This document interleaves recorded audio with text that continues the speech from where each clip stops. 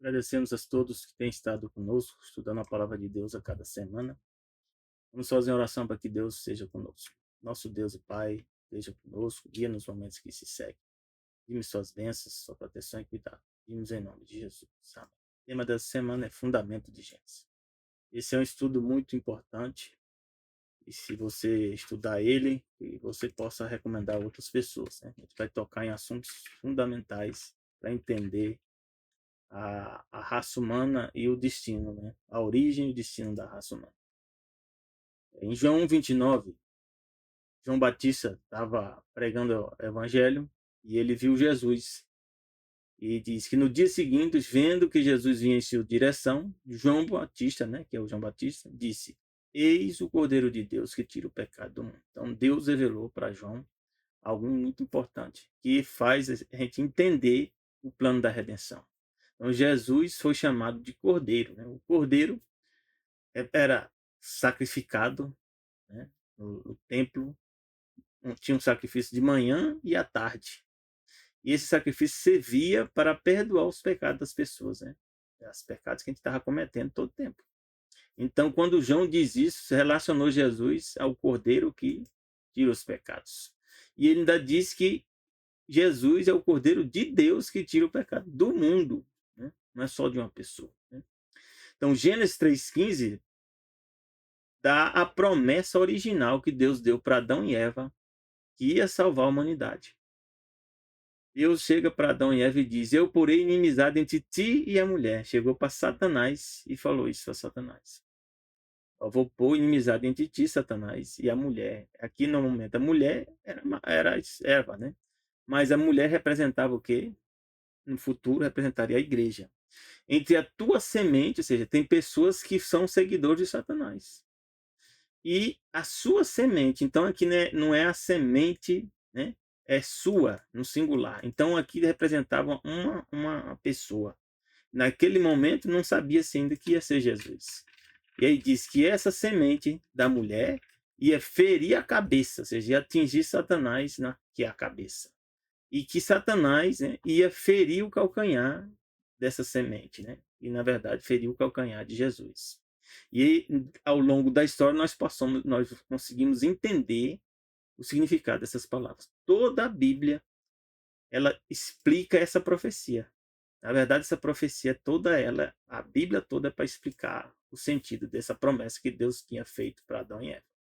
Então, Gênesis 3:21 diz que o Senhor Deus Senhor Deus, né, fez o Senhor Deus a Adão e a sua mulher túnicas de pele e os vestiu. Se tem a túnica de pele, significa que houve alguma morte de um animal. Esse animal, você pode ter certeza, né? Essas peles aqui, né? É dos cordeiros. Então começaram os sacrifícios de cordeiros, né? E outros animais também, desde a época que o Adão e Eva pecaram. Representando que a gente tinha que ser protegido, né? Pela roupa, né, do cordeiro e também ser salvo, né, pelo sangue do cordeiro. Apocalipse 13:11 fala, né, que Satanás também vai tentar enganar o mundo, né, com um falso cordeiro. E diz que vai ter um poder, né, que Apocalipse 13:11 fala de um poder, né, que seria outra besta. Essa outra besta tinha 2 chifres semelhantes ao de um cordeiro. Esse poder, né, nós já falamos em estudos anteriores, representa, né, o protestantismo, né, e se afastou, né, do verdadeiro cristianismo. E falava como um dragão. Então, as igrejas protestantes, né, na verdade, eu não posso nem dizer que são protestantes. Elas se afastaram, né, do protestantismo, porque elas hoje estão unidas, né, ao poder papal, e elas estão falando já como um dragão. E a Bíblia diz: falar como dragão é ter o comportamento de quem? De Satanás. Então, vamos ver que dragão é o próprio Satanás. Apocalipse 17:14 diz que esse poder que Satanás vai conduzir no final para tentar, né, forçar as pessoas a obedecê-lo, diz que esse poder, Satanás vai organizar um poder que vai combater contra o cordeiro. Então, novamente, a palavra cordeiro surge aqui, esse cordeiro é Jesus. E diz que o cordeiro os vencerá, porque é o Senhor dos senhores e Rei dos reis. Então, o título que foi dado a Jesus, né, por Pilatos e outros, né, e alguns não quiseram aceitar, de fato pertence a Jesus. Ele é o Senhor dos senhores e Rei dos reis. E diz aqui que vencerão com Jesus, ou seja, com o Cordeiro, os que estão com ele. Então, quem são que estão com Jesus? Aqueles que foram chamados. Então, você hoje, né, se você não foi chamado ainda, você está sendo chamado agora para estar com Jesus. E diz que uma vez que você é chamado e aceita Jesus como Senhor e Salvador, você passa a ser eleito. Eleito é escolhido. E depois que você for chamado, eleito, você tem que se manter fiel a Jesus até o fim. Essas pessoas vão vencer com Jesus. Apocalipse 21, 22 diz, né, que no futuro, quando Deus restaurar todas as coisas, diz, não vi templo no céu, né? Porque o seu templo é o Senhor, Deus Todo-Poderoso. Então, templo é o lugar onde Deus habita. Como nós vamos estar na presença visível de Deus, não vai precisar de um templo, né? Aí a Bíblia diz que o próprio Senhor, Deus Todo-Poderoso, é o templo e o Cordeiro, né? Então vai estar lá Deus o Pai, Deus o Filho, né? E Deus o Espírito Santo. Vão estar lá. E aqui diz, Apocalipse 12, 11 também fala, e clamavam com grande voz, dizendo, salvação ao nosso Deus, que está assentado no trono. E eles o venceram, né? Então está dizendo que vai chegar um momento que nós vamos estar louvando a Deus, porque nós alcançamos a vitória. E diz aqui que a vitória, se você quer vencer, aqui está o caminho. Venceram pelo sangue do Cordeiro. Então, o sangue do Cordeiro, justamente, né, é o que João Batista tinha falado, né? O Cordeiro de Deus que tira o pecado do mundo. E pela palavra do seu testemunho. Então, a palavra do testemunho são as escrituras que nós estamos lendo aqui. E não amar as suas vidas o quê? Até a morte. Então, de fato, pode chegar uma situação assim como Paulo, como Pedro, né, como Tiago, né, que foram ameaçados de morte e morreram mesmo. João, né, que foi jogado num barril de óleo quente, né, e não morreu, né, morte, né, porque Deus preservou ele, mas ele foi o único que morreu de morte natural. Apocalipse 7,17 diz assim, porque o Cordeiro que está no meio do trono os apacentará, e lhes servirá de guia para as fontes vivas das águas. Então diz aqui novamente que Jesus, sendo o Cordeiro, vai nos apacentar, vai servir de guia para nós, né? E também vai limpar dos nossos olhos toda a lágrima. Então a Bíblia retrata Jesus como Cordeiro em muitos momentos, desde o início da Bíblia, né? Logo no início, também até o final da Bíblia, mostrando que Jesus, que é o Cordeiro que deu a vida, é ele que vai nos garantir também todas as coisas, inclusive a salvação. Que bênção, né? Então, aqui na lição nos diz que nós temos que prestar atenção quando Deus cita pela primeira vez, né, nas Escrituras, nós vimos na Escritura, determinadas palavras, para a gente começar a entender. E aí nós vamos ter que estudar essa palavra ou esse tema ao longo da Bíblia toda para nós podermos entender o tema. Então aqui tem um princípio que diz em Isaías 28, de 9 a 10, diz, a quem, pois, se ensinaria o conhecimento? A quem se daria a entender a doutrina? Então está fazendo a pergunta, né? Conhecimento ou doutrina? O que é a doutrina? A palavra de Deus. Ao desmamado do leite e ao arrancado do seio, ou seja, uma criança pequena vai ensinar esses princípios. Porque diz aqui, porque é o quê? É mandamento sobre mandamento. Então nós temos que juntar um mandamento com o outro para tu poder entender o que é mandamento. É mandamento sobre mandamento, regra sobre regra, regra sobre regra, um pouco aqui, um pouco ali. Então Deus não explicou todo sobre um assunto em determinado momento da história. Deus foi explicando ao longo da história o plano da redenção. Nesse plano da redenção tem vários temas, vários assuntos que são importantes que a gente entenda. Então a Bíblia demorou mais ou menos próximo de 1.600 anos a ser escrita, né, por vários autores que às vezes não conversaram entre si, uma boa parte deles, e que tem a coerência, né, porque está sendo explicado o plano da redenção, o plano da nossa salvação. Malaquias 3,6 diz que Deus, o plano dele de salvar a humanidade não mudou, nem vai mudar. E diz, porque eu, o Senhor, não mudo. Então a natureza de Deus e as determinadas decisões de Deus, ele não altera. Há alguns momentos que Deus coloca algo como condicional, aí tudo bem. Se ele colocou como condicional, tudo bem. Mas quando ele estabelece determinada coisa e ele não coloca como condicional, pode ter certeza. Isso não vai mudar. Uma das coisas é os mandamentos. Ele não colocou os mandamentos como algo condicional. E diz, eu, Senhor, não mudo. Por isso vós, filhos de Jacó, não sois consumidos.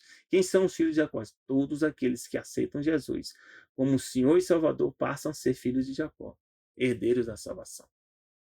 Jeremias 32, 27 diz: Eis que eu, Senhor, o Deus de toda a carne, acaso haveria alguma coisa demasiada difícil para mim?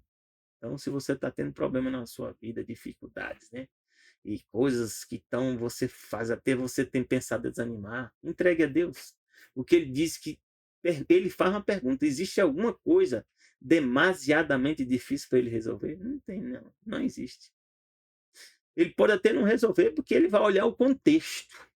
Ele quer que você seja salvo. Então, ele vai medir e avaliar se dentro desse contexto aquilo que vai ser atendido para você vai ajudar você a ser salvo. Se não, talvez ele não atenda, mas que é difícil para ele resolver, não.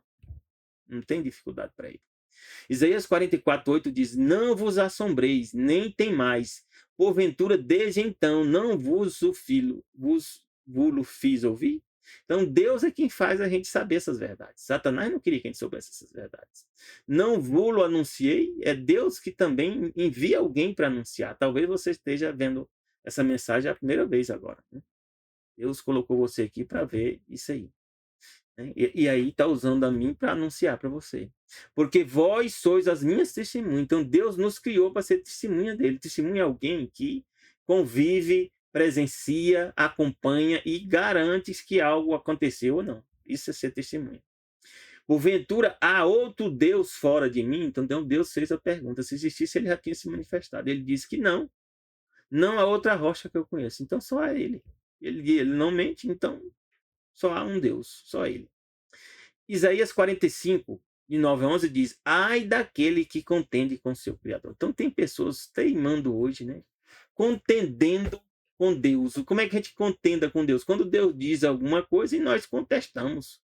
Ou nós não fazemos, ainda ensinamos os outros a não fazer. Nós estamos contendendo com Deus. Isso é contender. É combater. O caco entre outros cacos de barro. Porventura dirá o barro ao que formou, o que faz? Então, às vezes, a gente fica, né, questionando a Deus, né, perguntando o que você está fazendo. Porque às vezes a gente tem problema na nossa vida, a gente ora também, às vezes a gente não é atendido naquele momento, ou não é atendido, e a gente fica meio preocupado ou querendo contestar. Então Deus diz: que fazes? Ou a tua obra não tem mãos? Ai daquele que diz ao pai, que é o que geras, e a mãe e a mulher que dás a tua luz, né? Assim diz o Senhor, o Santo de Israel, que o formou. Então, às vezes, tem pessoas que contendem com os pais, né? Por que você me gerou? Por que você me deu a luz, né? Os pais decidem trazer os filhos à existência com um propósito. E esse propósito faz parte do propósito divino também. Não é só nós, né? Assim diz o Senhor, o Santo de Israel, aquele que o formou. Perguntai-me as coisas futuras. Então Deus está dizendo que a gente pode perguntar para ele as coisas futuras. Demandai-me acerca dos meus filhos e acerca das obras das minhas mãos. Então a gente pode perguntar a Deus muita coisa. E ele vai nos responder. Agora, a forma que vai responder, nós temos que estar atentos para entender o que ele quer nos responder. Geralmente tem um princípio. Aquilo que ele já revelou na Bíblia, você não tenha dúvida. Eu vou orar para Deus me dar uma visão. Não, não, Deus vai lhe dar a visão de algo que ele já revelou aos profetas, não. É aquilo ali. Se tiver alguma coisa que não está entendendo, aí você pode orar a Deus, ele vai te fazer entender mais da Bíblia ainda. Se você ainda não entender ainda na Bíblia, aí ele pode te responder de outra forma. Mas vai estar de acordo com a Bíblia também a resposta. Deus não derruba algo que ele já estabeleceu. Então, como é que nós vamos compreender o amor de Deus? Gênesis 22, de 1 a 2, diz assim: E aconteceu depois destas coisas que provou Deus a Abraão. E disse a Abraão, e ele disse: Eis-me aqui. Então, Abraão foi uma pessoa que representou a figura de Deus no momento, né, de sacrificar seu filho. A gente entende o que Deus passou, né, e passa, né, por ter dado Jesus para a humanidade. Então ele disse aqui Abraão disse que eis-me aqui. E ele diz: toma agora teu filho, teu único filho. Então Abraão só tinha aquele filho? Não, ele tinha Ismael também. Mas por que Deus falou que é o único filho? Porque o filho da promessa, o filho prometido. Então Jesus é o filho, para representar o filho prometido, Isaac. Isaac, a quem amas, vai-te à terra de Moriá. Diz que é a primeira vez que aparece a palavra amor, né? De Abraão, a relação de Abraão com seu filho. Vai-te à terra de Moriá e oferece ali em holocausto sobre uma das montanhas que eu tirei. Engraçado, interessante aqui. É que Deus deu essa ordem, Deus não explicou em todos os detalhes, né, o que Abraão tinha que fazer, não. Deu uma ordem. E Abraão passou por sofrimento, dúvida e dificuldade, né? Porque o seu pai hoje é muito difícil, né, você entregar seus filhos. Muito difícil. E Abraão só fez isso porque ele conhecia Deus. De alguma maneira ele sabia que Deus ia resolver. E ele sabia que tinha que obedecer a Deus, mesmo sofrendo. Então, às vezes, Deus pede da gente a gente deixar algumas coisas ou seguir algumas coisas, a gente, às vezes, mesmo sofrendo, a gente tem que confiar em Deus. Não quer dizer que a gente não vai sofrer. Abraão sofreu aqui. E diz que chegaram ao lugar que Deus dissera, Abraão chegou ao lugar junto com o seu filho, e edificou Abraão ali um altar e pôs em ordem a lenha. Então, ele foi até o final. Então, tem coisas que Deus vai esperar, ver a nossa escolha, ver a nossa fé, se nós confiamos de fato neles e se vamos até o fim. Mesmo sem entender tudo. Abraão não entendia tudo aqui, não, viu? Nem dizer que Abraão entendia tudo aqui, não entendia, não. Então, na nossa vida também, a gente não vai entender a maior parte das coisas que estão acontecendo com a gente. Então ele deitou o altar em cima da lenha e pegou o filho Isaac e botou em cima da lenha. Ou seja, em algum momento ele revelou a Isaac, vai ser você. E Isaac podia ter deixado Abraão, né? Se não fosse um filho obediente, Abraão mais de 100 anos, Isaac disse, não, eu não vou morrer não. E pronto, Abraão ia ter força para fazer, não, mas Isaac era um homem de fé também. Confiou também em Abraão, seu pai, e confiou em Deus. E se colocou no altar. Que coisa. São poucos. E estendeu Abraão a mão. Então Abraão praticou o ato. Viu? Tomou o cutelo para imolar seu filho. Então, mas o anjo do Senhor lhe bradou desde os céus. Então, fui até o final. Como diz, até os 45 do segundo tempo aqui. E disse a Abraão, Abraão, ele disse, eis-me aqui. Então, Abraão conhecia a voz de Deus, né? Satanás podia se intrometer nesse negócio aqui. Então, Deus não permitiu que Satanás se metesse nessa história aqui, não. Abraão conhecia a voz de Deus, diz, eis-me aqui. Então, ele diz, não estendas as tuas mãos sobre o moço, não lhe faças nada, porquanto agora sei que temes a Deus. Então, Deus fez uma prova que somente para Abraão essa prova foi feita. E eu não sei se eu ia vencer essa prova, não. Sou sincero. Mas graças a Deus que Abraão venceu. E disse, sei que temes a Deus e não me negaste o teu filho, o teu único filho.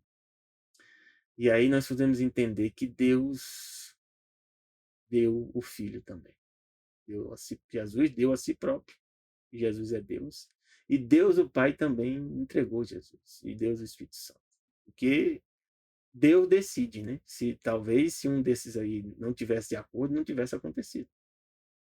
Então levantou Abraão seus olhos e olhou, e eis que um carneiro detrás dele, travado pelos seus chifres no mato. Então Deus colocou o cordeiro, é aquele cordeiro que João Batista falou, vai vir um cordeiro e vai morrer no lugar do seu filho.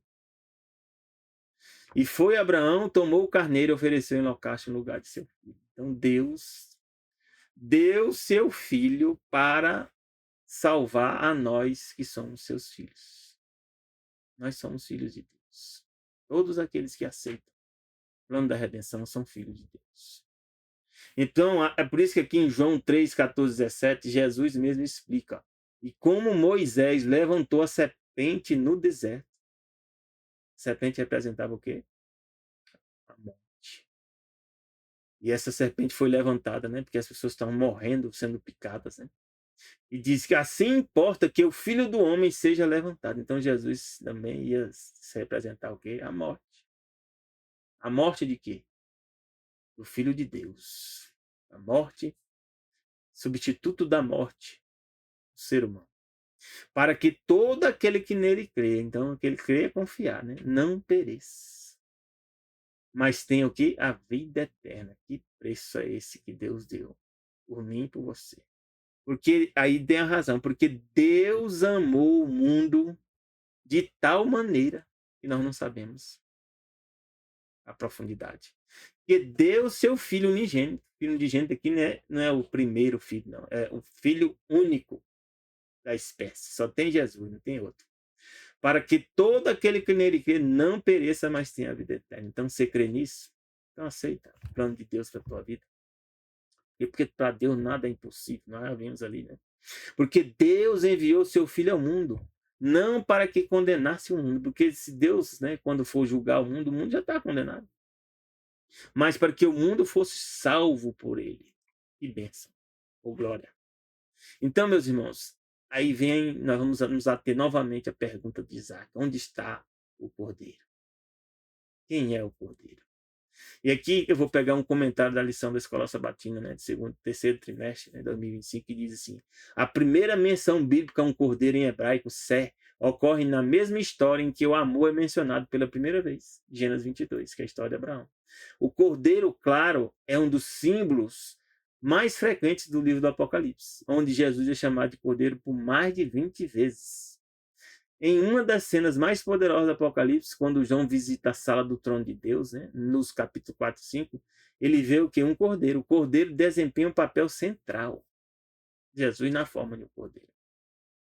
E aqui fala, em Apocalipse 5, de 5 a 10, disse-me um dos anciões, né? Chegou um momento crítico na história da humanidade, né? Que a humanidade necessitava, né, saber algumas informações.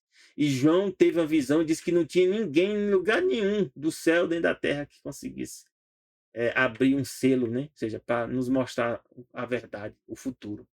E aí disseram para ele: não chores, João. Esse João aqui não é o João Batista, é o apóstolo João. Não chores, eis aqui o leão da tribo de Judá. Então a Bíblia diz o leão da tribo de Judá, está lá em Gênesis, se você tiver, na história de Balaão. Deus deu uma visão, né, de Balaão, né? Fala sobre um leão, né? E também na visão que Deus deu para Jacó, que está em Gênesis 49, né? Que Judá tem um leão, é um leão representado por Judá, a tribo de Judá. Ainda diz mais que Jesus não é descendente de Davi, diz que ele é a raiz. Raiz é a origem. Interessante, né? Ele é a raiz, é a origem de Davi, que venceu para abrir o livro e desatar os seus 7 selos. Então Jesus vence a Satanás para poder desatar, meus irmãos, os selos. Algum diz que o Apocalipse ninguém vai entender, então você está errado. Porque Jesus desata os selos para a gente entender o Apocalipse, que Apocalipse significa revelação. E diz: eis, olhei e eis que estava no meio do trono e dos 4 animais viventes e entre os anciãos, o que? Um cordeiro. Que maravilha. Jesus, nosso cordeiro. Como havendo sido morto. Então, é a representação simbólica que João viu. Tinha 7 chifres e 7 olhos. Quando a palavra 7 aparece, meus irmãos, presta atenção. A 7 representa Deus, a divindade, e representa a perfeição. Então, 7 chifres e 7 olhos, que diz que são os 7 Espíritos de Deus enviados a toda a terra. Esses 7 Espíritos de Deus, pode ter certeza aqui que é o Espírito Santo. Aqui está representado pelo Espírito Santo. Porque o Espírito Santo é o Espírito de Cristo, a Bíblia diz também. E veio, né? Jesus veio e tomou o livro da destra que estava assentada no trono. Jesus pegou e tomou o livro. E havendo tomado o livro, os 4 animais e os 24 anciões prostraram-se diante do Cordeiro. Então, você só se prostra em adoração a Deus. Então, o Cordeiro é Deus. E quem é o Cordeiro? É Jesus. Se você tinha dúvida, acabe com essa dúvida. Tendo todos eles harpas e salvas de ouro cheias de incensos, que são as orações do santo. Então, quando nós oramos, as orações vão lá perante Jesus. Jesus ouve as nossas orações, mesmo que seja só com a mente.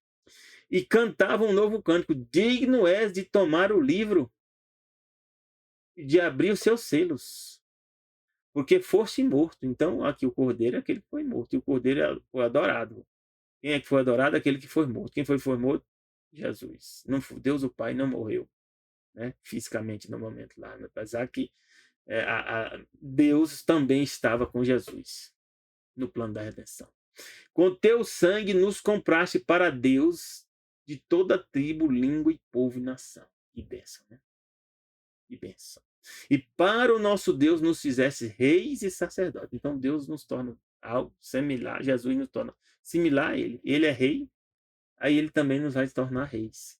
Ele é sacerdote, também vai nos tornar sacerdote. E diz que ele reina, nós também vamos reinar. Meus irmãos, que coisa.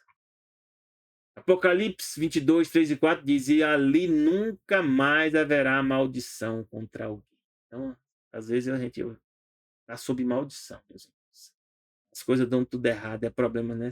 Cada vez aparece mais problema, nós estamos sob maldição. E a maldição, só quem pode quebrar essa maldição é Deus. Mas diz que vai chegar um tempo que não haverá mais maldição contra ninguém. Nela estará o trono de Deus e do Cordeiro. Então o Cordeiro também tem trono, assim como Deus o Pai, Deus o Filho, Deus o Espírito Santo. E seus servos os servirão. Quem são esses servos? Nós. Aí diz, mas nós estamos lá para servir Jesus. Quem é que serve a nós? Deus. Quem mais serve a todos é Deus. Deus mantém o universo, mantém a vida, mantém todas as coisas. Isso é servir. Servir é fazer algo de bom para o próximo. Então Deus nos serve também. Então a Bíblia diz que também nós fomos criados para servir a Deus. E diz que nós vamos ver o rosto de Deus, meus irmãos. Vamos ver Deus face a face. E nas suas testas estará o seu nome. Então, na testa da gente, né, vai ter um selo, um nome, dizendo a quem nós pertencemos. Então, Deus diz que nós temos que ver a morte da forma correta. Vamos entender daqui a pouco mais sobre o que é a morte. Porque existem ensinamentos e falsas doutrinas, né, que não estão de acordo com a Bíblia em inúmeras religiões, e até religiões também que se diz cristã. E diz aqui que Gênesis 2, 15, 17, a primeira palavra vez que é falada morte é aqui. Deus fala morte. Nem Adão e Eva sabiam o que era morte, nem o próprio Satanás sabia o que era morte. Ainda. Não tinha ocorrido. Então, Gênesis 2, 15, 17, Deus diz: tomou o Senhor Deus o homem e o pôs no jardim do Éden, para o lavrar e guardar. Então, Deus nos criou antes do pecado com o quê? Uma das nossas responsabilidades é o quê? Trabalhar. Lavrar e guardar. Lavrar é trabalhar. E guardar é zelar, proteger. Então, é por isso que o direito de propriedade é algo que Deus nos deu. Deus deu o jardim do Éden para quem? Para Adão e Eva. Direito de propriedade. E o direito também e a responsabilidade do trabalho, que é o lavrar, também Deus nos deu. Então, o trabalho faz parte das capacidades que Deus nos deu antes do pecado. E ordenou o Senhor Deus ao homem o quê? Então Deus deu uma ordem, não foi conselho. De toda a árvore do jardim comerás livremente, mas da árvore do conhecimento do bem e do mal. Então quem conhece o bem e do mal? Só Deus conhecia o bem e o mal. Provavelmente nem Satanás conhecia, porque ele pensa que sabe o que é o bem e o mal. Não sabe. Diz, dela não comerás, porque no dia em que dela comeres, certamente morrerás. Aqui Deus não falou que seria instantaneamente morrerás, mas que certamente, você pode ter certeza que uma hora você vai morrer. E você vê que Adão demorou, né, muitos anos vivo, mas morreu. A morte chegou para ele, assim como chega para nós. Gênesis 4, de 3 a 8, explica um pouco mais, diz assim: e aconteceu que ao cabo de dias, Caim trouxe do fruto da terra uma oferta ao Senhor. Então, Deus tinha colocado, né, em Adão e Eva que peles de animais.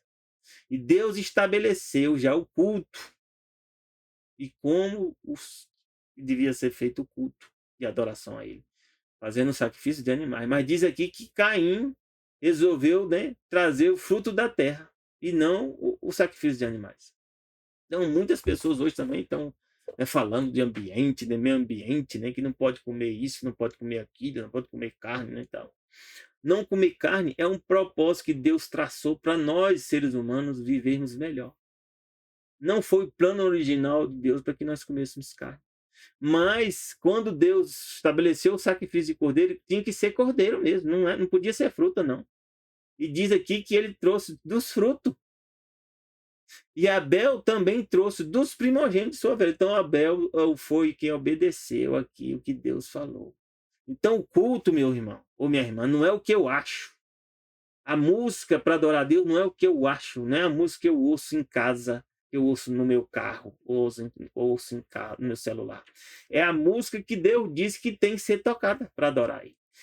A mensagem que tem que ser dada não é da maneira que eu pense, não. Assim, a mensagem que Deus falou que tem que ser dada para adorar Ele. Então, ele já disse como é que ele quer ser adorado. Então, aqui ele falou para Caim e Abel. Caim não quis obedecer aqui. Abel entendeu e obedeceu. E diz que atentou o Senhor para Abel e para a sua oferta. Então Deus olhou para Abel e falou, não, atentou, ou seja, porque ele fez o que Deus tinha dito. Então tem muitas pessoas fazendo cultos aí que não são sendo, Deus não está aceitando, não. E diz, mas para Caim, para a sua oferta, Deus não atentou. Então não adianta você tentar dar algo da maneira da sua cabeça, dar o dízimo de uma maneira que você pensa, dar a oferta da maneira que você pensa. Não, é do jeito que Deus falou. Casamento da maneira que você pensa. Não, o casamento é da maneira que Deus disse. Ah, eu vou comer a comida do jeito que eu quero. Não, é a comida que Deus disse. É os animais que Deus disse que devem ser comidos. Eu vou guardar qualquer dia da semana, não vou guardar dia. Não, é o dia que Deus falou, é sábado. Senão, pode ter certeza que Deus não vai atentar para o que você está fazendo, não. E diz que irou-se Caim fortemente e descaiu-lhe semblante. Então ele fez as coisas erradas e ainda ficou com raiva. E disse: o Senhor disse a Caim, por que tiraste? Então Deus está dizendo para mim e para você, hoje isso aqui. E por que descaiu o teu semblante? Se fizerem bem, então, ó, se nós fizermos bem a partir de agora, não importa o que você fez até agora, não. E sim o que você vai fazer a partir de agora, que você está entendendo essa mensagem. Deus disse: se fizeres bem, não é certo que será aceito. Então, se você decidir agora guardar o sábado, se você decidir casar da maneira que Deus diz que deve se casar, comer os alimentos que Deus diz que devem ser comidos, olhar os mandamentos da maneira que Deus diz que devem ser olhados, fazer o culto e adoração a Deus da maneira que diz que deve ser feito, Ele vai aceitar você. E se não fizeres bem, ele diz, o pecado jaz à tua porta. Então, se você não fizer o pecado vai te cirandar. O pecado é a desobediência. Sob ti será o seu desejo. Então, Satanás conduz maus desejos para a gente desobedecer a Deus. Mas Deus ensinou aqui que nós devemos fazer. Mas sobre ele deves o quê? Dominar. Nós não podemos ser vencidos pelos nossos desejos. Eu não vou dizer para você que eu venci, não. Eu caio várias vezes, mas eu vou lutar como Deus disse que eu tenho que lutar. Eu tenho que aprender a dominar meus maus desejos e ter domínio próprio. E falou Caim com seu irmão Abel. Então Caim não estava nem aí porque o Deus disse. Então tem pessoas que não estão nem aí porque Deus diz na Bíblia. Vão fazer da jeito que quer. E sucedeu que, estando eles no campo, né, levou Abel, né, enrolou Abel, levou-lo para o campo. E o que ele fez? Levantou contra Abel e matou Abel. A gente tem que ter muito cuidado, viu? Que tem pessoas que seguem filhos de Belial. Caim era filho de Belial. É daqueles seguidores de Satanás. E tem os seguidores do povo de Deus que a gente tem que prestar atenção para não ser morto à toa. Porque o inimigo faz laços para pegar a gente também, ainda hoje. 1 Coríntios 15, de 15 a 59, de 15 a 19, diz assim: e assim somos também considerados como falsa testemunha de Deus a respeito da morte. Ó. Pois testificamos de Deus que ressuscitou a Cristo. Então tinha as pessoas questionando naquela época, né, para Paulo e outros, e Jesus não tinha ressuscitado. Como hoje tem uns questionando, né, ainda. E ele diz, a qual dizendo que por Jesus não ressuscitou, se na verdade os mortos não ressuscitam. Então, se Jesus ressuscitou, os mortos também não ressuscitam. Porque se os mortos não ressuscitam, também Cristo não ressuscitou, é o que o Paulo falou aqui. Ó. Então, nós vivemos na ilusão. Ele diz, e se Cristo não ressuscitou, é vã a nossa fé. Nós estamos perdendo tempo. Na igreja, onde você estiver, está perdendo tempo. E ainda permanecei nos nossos pecados. Nossos pecados nem foram perdoados. Nós estamos condenados. E também os que dormirem em Cristo, ou seja, aqueles que morreram na fé em Cristo, também estão perdidos. Não tem sentido nenhum você ir para a igreja, nem nada, se Jesus não ressuscitou. Se esperamos em Cristo só nesta vida, Paulo fala, nós somos o quê? Os mais miseráveis de todo homem. Então é mesmo, nós estamos nos enganando e nem enganando os outros. Mas eu tenho certeza aqui que eu não estou me enganando, nem estou enganando você, não. Porque a verdade é o que está na Bíblia. E Deus dá a resposta para mim e para você sobre a morte. 1 Coríntios 15, 51, 54 diz: Eis aqui vos digo um mistério. Paulo explicou para nós o que vai acontecer. Na verdade, nem todos dormiremos, ou seja, nem todos morreremos. Paulo, não quer dizer que Paulo não ia morrer, não. Ele sabia que ia morrer. Ou ele escreveu uma carta, né, dizendo que combati o bom combate, completei a carreira e guardei a fé. Então, Paulo sabia que ia morrer. Então, ele não estava se vendo aqui, não, nesse momento, não. Ele estava falando no futuro, né, que nem todos dormiremos. E aí, quando? No futuro. A última geração que vai esperar Jesus voltar, nem todos os salvos vão dormir. Nem todos os salvos vão morrer. Vai ter salvo que vai estar vendo Jesus voltar. Mas todos seremos transformados. Todos quem? Os que morreram na fé também vão ser transformados. Inclusive, aqueles que estavam vivos. Quando? No momento, num abrir e fechar de olhos. Ante a última trombeta, porque a trombeta vai soar e os mortos vão ressuscitar incorruptíveis, é o que a Bíblia diz. E nós seremos o quê? Transformados. Aí sim, velho. Aí aqui não há mais margem para nós pecarmos. Aqui não há mais caída em tentação. Tem algum dizendo aí que nós vamos ter carne santa antes de Jesus voltar. Não existe isso na Bíblia. Nós vamos estar sempre lutando contra os nossos pecados. Estamos lutando para estar do lado de Jesus. Nós vamos estar cada vez mais sendo santos, mas nunca chegaremos a ser tão santos que não pecaremos. Não se iludam. Alguns dizem, não, mas na última geração vai ter um povo, né, que vai estar perante a face de Deus, né, sem a intercessão. Não quer dizer nada. O Espírito Santo vai estar conosco, comigo e com você, para nos manter. Né, manter na condição e também nos manter cobertos no sangue de Jesus. Nós vamos precisar do sangue de Jesus todo o tempo, meus irmãos. Todo o tempo. E diz, porque convém que isto que é corruptível se reviste de quê? De incorruptibilidade. Aí nós não vamos ser o quê? Morrer mais. E o que é mortal se reviste o quê? De imortalidade. Então não existe alma imortal. Né? Nós só passaremos a ser imortais quando nós ressuscitarmos, se tivermos morrido, e quando formos todos transformados. Não é ir para o céu e já ser uma alma imortal. Não existe alma imortal na Bíblia. Todos, né, que estão vivos e que Jesus não voltou vão morrer e não são imortais. São mortais. E diz aqui que aquilo que é mortal vai ser revestido de quê? De imortalidade. Quando? Quando Jesus voltar na segunda vinda. E então vai se cumprir a palavra que está escrita. Tragada foi a morte aqui na vitória. 1 Coríntios 15, 21 diz assim: porque assim como a morte veio por um homem, quem é esse homem? Adão. Aqui não fala que veio por uma mulher, hein? Não veio por causa de Eva. Ah, mas por que não? Porque quem era o governante da terra era Adão, não era Eva. E quem se tornou o governante da terra? Jesus. Aqui diz, também a ressurreição dos mortos veio por um homem. Quem? Por Jesus. A Bíblia diz ainda que Jesus é o segundo Adão. É o governante agora da terra. É Jesus. Amém? Salmos 115, 17 diz, os mortos não louvam ao Senhor, nem os que descem ao silêncio. Então, meus irmãos, se as pessoas morrerem, não foram para o céu. Porque aqui está dizendo que os mortos não louvam o Senhor. Nem os que descem ao silêncio. Então, quando você morre, você vai para o silêncio. Salmos 6,5 diz, porque a morte não há lembrança de ti. Então, quando você morre, você não vai ter lembrança de nada. Você não vai para o céu se encontrar com Deus lá. Não. Aqui a Bíblia diz que não há nenhuma lembrança. No sepulcro, quem te louvará? Ninguém, a Bíblia diz.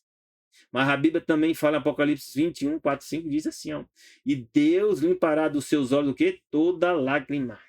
Que bênção. E não haverá mais morte, ó. Quando é que vai acontecer isso? Na segunda vinda de Jesus e na terceira vinda de Jesus. Não haverá o quê? Mais morte, nem pranto, nem clamor, nem dor, porque já as primeiras coisas são passadas. Então Deus vai alterar a realidade. Alterar a realidade. E o que estava sentado sobre o trono disse, eis que faço novas todas as coisas. Então Deus vai fazer um novo céu e uma nova terra. Não vai ser mais esse, não. E disse, escreve, porque essas palavras são o quê? Verdadeiras e fiéis. Deus não mente, meu irmão ou minha irmã. E aqui vamos ver agora sobre a serpente. O caminho da serpente. O caminho, sabe o quê? Da perdição. Quem é a serpente? Vamos já ver. Gênesis 3, de 1 a 5 diz assim, a serpente era mais astuta que todos os animais do campo que o Senhor Deus tinha feito. Então, a serpente era um animal. foi criado por Deus. E nós vamos já entender algo muito profundo, viu?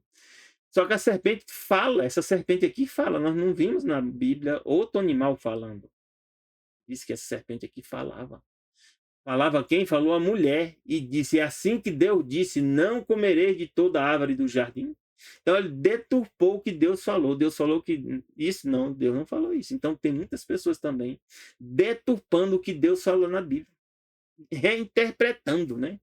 É igual o que às vezes nós estamos vendo hoje, né? A Constituição Federal diz algo, né? Claro, definido, e as pessoas reinterpretam a sua maneira para dizer algo, às vezes, o oposto do que está escrito na Constituição Federal.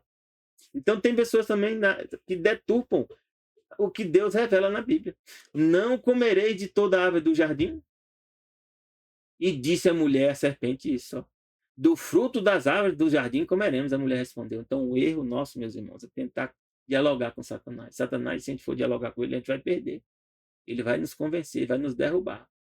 E diz, mas do fruto da árvore que está nos meios do jardim, disse Deus, não comereis dele, nem nele tocareis para que não morrais. Então, se nós não vemos isso na Bíblia, não. Deus não falou que não podia tocar. Deus falou que não podia comer. Então, nós não devemos o quê?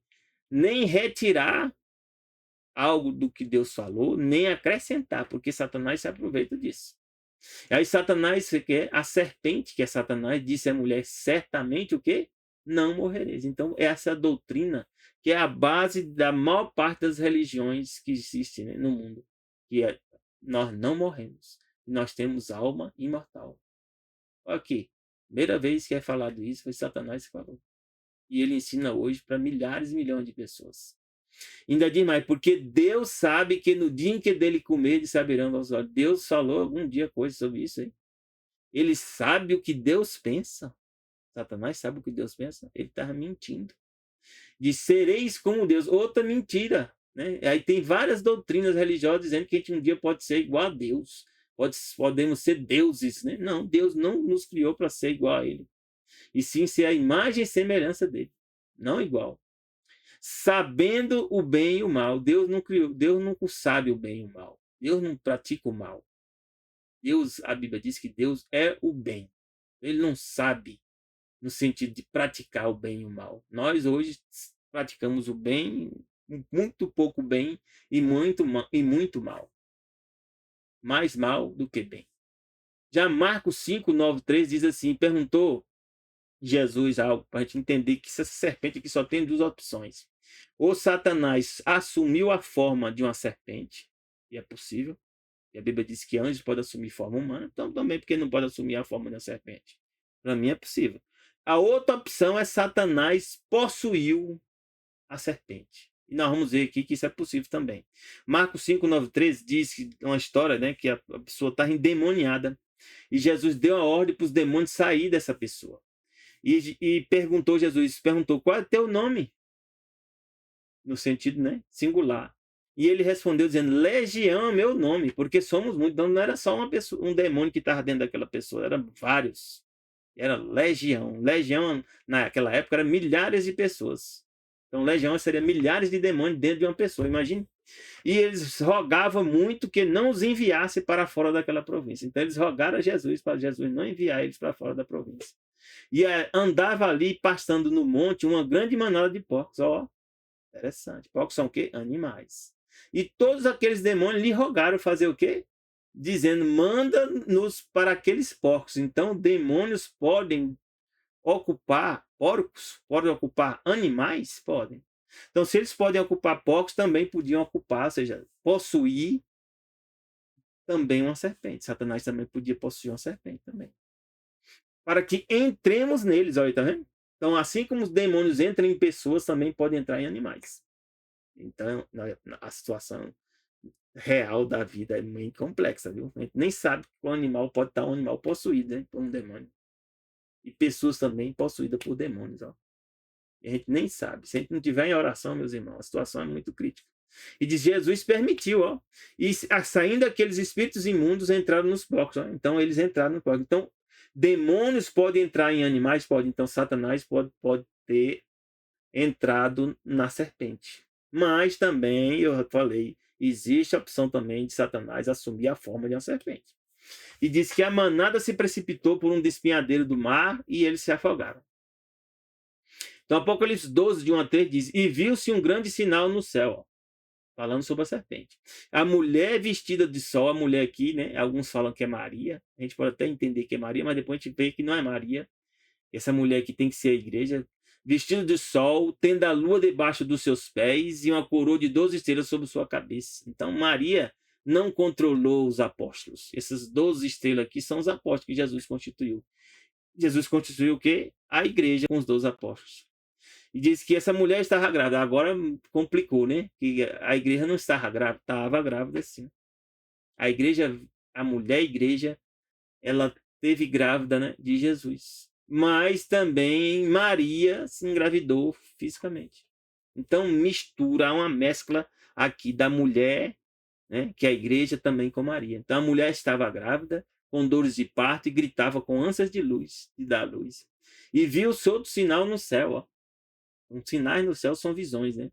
E eis que era um grande dragão vermelho. Então Satanás é um grande dragão que vermelho. Que tinha o quê? 7 cabeças e 10 chifres. A gente vê na profecia de Daniel, na profecia de Apocalipse, que também a besta tem que ser 10 chifres também, 7 cabeças e 10 chifres. É filha de quem? De Satanás. E sobre suas cabeças 7 diademas, ou seja, coroas. Satanás tem pessoas, né? Que ele controla reinos e governos. E diz aqui mais detalhes ainda sobre a serpente. Apocalipse 12, de 4 a 5, diz que a cauda de Satanás levou após si a terça parte das estrelas do céu. Então, Jesus revela, né, aqui a João que Satanás trouxe um terço dos anjos para a terra. Vieram com Satanás, imagina. Lançou ele sobre a terra. Como é que quando Jesus lançou ele sobre a terra? Quando eles não podiam mais voltar para o céu. Quando isso ocorre? Quando Jesus passa a governar a terra novamente. Quando Jesus ressuscita e volta, né, para a terra, né? E eles foram lançados. Mas eles foram lançados desde quando? Quando Adão e Eva pecam, eles passam a governar a terra. Então a gente não tem certeza aqui se é quando eles dominaram Adão e Eva, ou seja, venceram Adão e Eva, desde aquela época, e eles foram lançados, ou quando Jesus morre, ressuscita e depois passa a governar a terra e aí eles são expulsos. Não importa isso. O importante é que diz aqui que o dragão parou diante da mulher que havia de dar a luz. Então aqui é algo que aconteceu antes de Jesus morrer. Antes de Jesus morrer, isso aqui. Porque ainda não tinha dado a luz. Para que, dando ela a luz, lhe tragasse o filho. Então não tinha acontecido ainda Jesus, né, nascer. Então aqui é algo que aconteceu, provavelmente foi quando Adão e Eva pecaram, Satanás foi lançado para cá, porque ele não podia, né, estar no céu, né, porque ele foi expulso, nós vamos ver daqui a pouco, então ele passou a governar a terra, quando ele dominou Adão e Eva. E deu a luz a um filho homem que há de reger todas as nações com vara de ferro. Quem vai reger todas as nações? Jesus, a gente já sabe. E o seu filho foi arrebatado para Deus e para o seu trono. Então, aqui, se a gente seguia a linha histórica, mas se bem que essa passagem aqui não está seguindo uma linha histórica, viu? Mas aqui, se a gente seguir a linha histórica desse trecho aqui, a gente vai entender que Jesus, né, foi arrebatado, né, depois, né, pela linha histórica, sim. Aí diz, né, dá uma pausa, né, e aí conta algo que aconteceu provavelmente no passado, né, porque diz que houve batalha no céu. Miguel, que é aquele que é como Deus, e seus anjos batalhavam contra o dragão. Então houve uma guerra no céu e Miguel, que é Jesus, ainda na forma divina, né, batalhou contra Satanás, e que diz que chama ele de quê? De dragão, e batalhava junto com Satanás os anjos, né? Esses anjos que ficaram junto com ele, com Satanás. Mas eles não prevaleceram, ou seja, não conseguiram vencer a Jesus e os anjos que estavam com Jesus. Mas nem mais o seu lugar se achou nos céus. Olha, tá vendo? Então aqui, novamente, né? Essa batalha aqui ocorreu no passado. Então não tem uma linha histórica na sequência aqui. E foi precipitado o grande dragão. Satanás não foi convidado, ele foi precipitado, foi expulso. A Bíblia diz que esse dragão que é a antiga serpente. Então, quem é essa antiga serpente? Aqui foi falado lá no Éden, que enganou a Eva e fez com que Eva fizesse que Adão comesse do fruto. E aqui diz que a antiga serpente, chamada de quê? Diabo e Satanás. A palavra diabo significa enganador e Satanás adversário.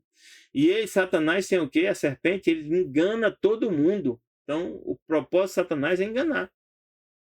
E eu vou dizer para você que eu sei tudo, nem que eu estou conhecendo toda a verdade. A gente nunca vai estar, porque Satanás vai estar sempre armando a armadilha para nos enganar.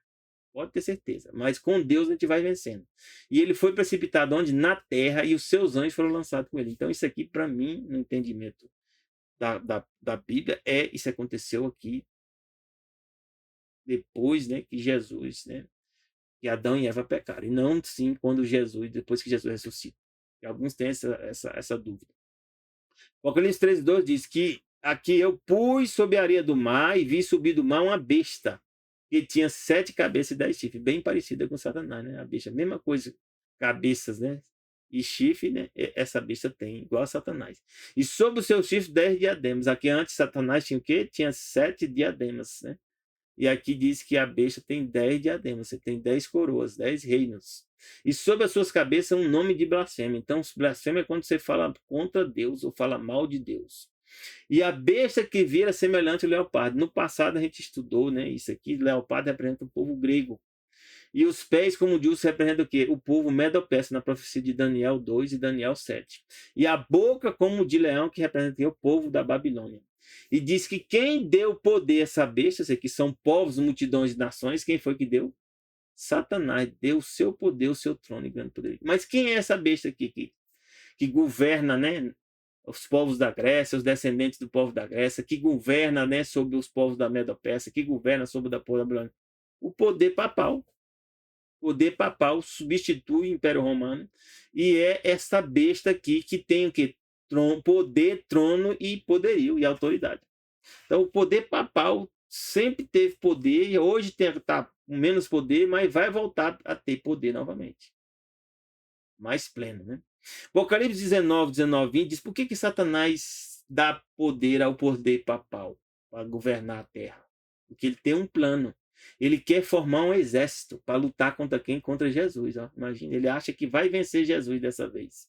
E diz, e vi a besta e os reis da terra, ou seja, junto com os reis da terra, vai fazer o quê? E os seus exércitos. Então eu vou montar o maior exército que já existiu na humanidade, para lutar contra quem? Contra Jesus. Para fazer guerra aquele que estava sentado sobre o cavalo, ó, e seu exército. E diz mais o quê? E a besta foi presa e com ela o falso profeta. A gente está terminando, mas aqui esse tema tem que ser um pouco maior do que os outros estudos, para você entender melhor. A besta foi presa e com ela o falso profeta. Quem é a besta aqui é o poder papal. E quem é o falso profeta? Eu falei antes, eram os protestantes que se uniram ao poder papal. Isso já aconteceu desde 2015, né? A maior parte dos evangélicos estão unidos ao poder papal. Junto com o Papa Francisco assinaram um documento. Que diante dela fizeram sinais. Então vão ser feitos sinais na terra ainda. Esses sinais vão acontecer. Que enganou os que receberam o sinal da besta e adoraram a sua imagem. Então vai existir fenômenos, né? Sobrenaturais que vai fazer as pessoas acreditarem que Satanás está fazendo. E diz que esses dois grupos de pessoas, né, que estão unidos à besta e estão unidos ao protestantismo que se afastou de Deus, eles vão ser lançados vivos no lago de fogo que arde com enxofre, que a Bíblia diz que é a segunda morte. Então, essas pessoas aqui, elas vão ser condenadas à morte, infelizmente. Continuando. E o destino da serpente, que é Satanás. A Bíblia diz que vi descer do céu um anjo que tinha a chave do abismo. Abismo é a terra. Então, Deus tem um anjo poderoso, né, que controla, né, a terra. E diz que grande cadeia, esse anjo tinha uma grande cadeia na sua mão. E prendeu quem? Satanás. Então, tem um anjo que é mais poderoso que Satanás aqui. E vai prender Satanás, que é a antiga serpente. Que é o diabo e Satanás. E vai prender ele quanto? Por 1000 anos. Por que por 1000 anos? Porque Jesus vem na segunda vinda, ressuscitam os que morreram crendo em Jesus, e junto aqueles que morreram crendo em Jesus e os salvos que estão vivos são transformados e vão para o céu. Quanto tempo? 1000 anos. E os ímpios? Todos morrem. Os ímpios morrem todos. né? E a Bíblia diz o quê? Que Satanás vai ficar preso aqui na terra. Não vai ter ninguém aqui. Lançou Satanás onde? No abismo, ou seja, na terra, e ali o encerrou. Pôs selo sobre ele para que não mais engane as nações. Por que ele não vai enganar? Não tem ninguém vivo. E os salvos não vão ser mais enganados, estão com Jesus nos céus. Até que os 1000 anos se acabem. Então vão passar 1000 anos, nós vamos passar 1000 anos no céu. Depois disso, importa que ele seja solto por um pouco de tempo. Então Satanás depois vai voltar a ter um poder, pouco de poder. E a Bíblia diz que acabando-se os 1000 anos, aqui em Apocalipse 20, de 7 a 10, diz, acabando os 1000 anos, Satanás vai ser solto da prisão. Ou seja, Satanás agora, né? Jesus volta na terceira vinda e faz o quê? Ressuscita os ímpios. Esses ímpios são ressuscitados por quê? Para participar do julgamento, saber por que eles não foram para o céu. Mas Satanás se mete no assunto. E Satanás volta, né, para enganar essas pessoas, de sair a enganar as nações que estão sob os 4 cantos da terra. E a Bíblia diz que esses ímpios, as pessoas que se perderam, são o quê? Constituem um grupo chamado Gog e Magog. Aqui é a história da palavra Gog e Magog.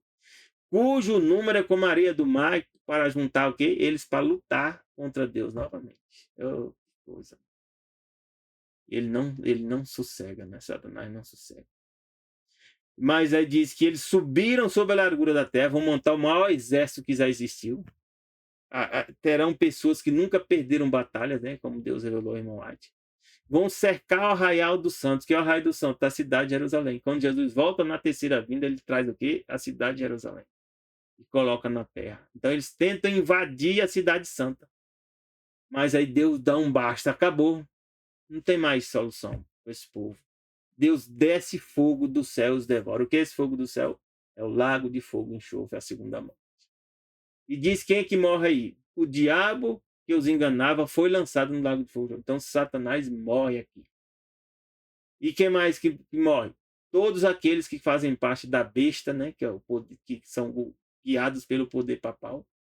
E o falso profeta, que são aqueles guiados pelas igrejas protestantes, né? Que se afastaram de Deus. Mas aqui, né? A Bíblia diz, né, que pessoas que fazem parte desses dois grupos podem ser salvas se você tomar a decisão e se voltar para Jesus. E de dia e de noite eles vão ser atormentados para todo sempre. Que sempre isso aqui, até que eles sejam consumidos. Sempre para mim, se eu casar, minha esposa, meu casamento vale o quê? Para sempre. Que sempre, até que eu morra. Então aqui, até que eles morram, eles vão ser o quê? Consumidos. E a Bíblia diz aqui, em Apocalipse 20, 14 a 15, para a gente concluir, diz que a morte, no original a palavra Thanatos, Thanatos é a morte do corpo. E o inferno, aqui a palavra é Hades, né? E Hades é o deus Hades, é o deus Plutão. Interessante, né? Aparece na palavra de Deus, o deus, falso deus Hades, o falso deus Plutão. Fala até a palavra Orcus, ou reino dos mortos, foram lançados no lago de fogo. Então, como é que a coisa é lançada no lago de fogo? Enxofre. Aqui, para mim, eu tenho entendimento que são criaturas. Né? Mas a gente pode entender também aqui que essa morte aqui, né, é quem representa a morte, né, que é Satanás e os demônios também. Foram lançados aqui no lago de fogo de enxofre. E ele diz, esta é a segunda morte. E aquele que não foi achado escrito no livro da vida, né, de quem? De Jesus. Quando é que seu nome faz parte do livro da vida? Quando você aceita Jesus como Senhor e Salvador. E você permanecer fiel até o fim, seu nome permanece no livro da vida. Então, quem não está no livro da vida vai ser lançado no lago de fogo e enxofre. Que Deus te dê um bom fim de semana. Que Deus te dê um feliz sábado a ti e teus familiares. Esse sábado começa quando? No pôr do sol da sexta ao pôr do sol do sábado. Graça e paz de Deus para ti e teus familiares. Amém.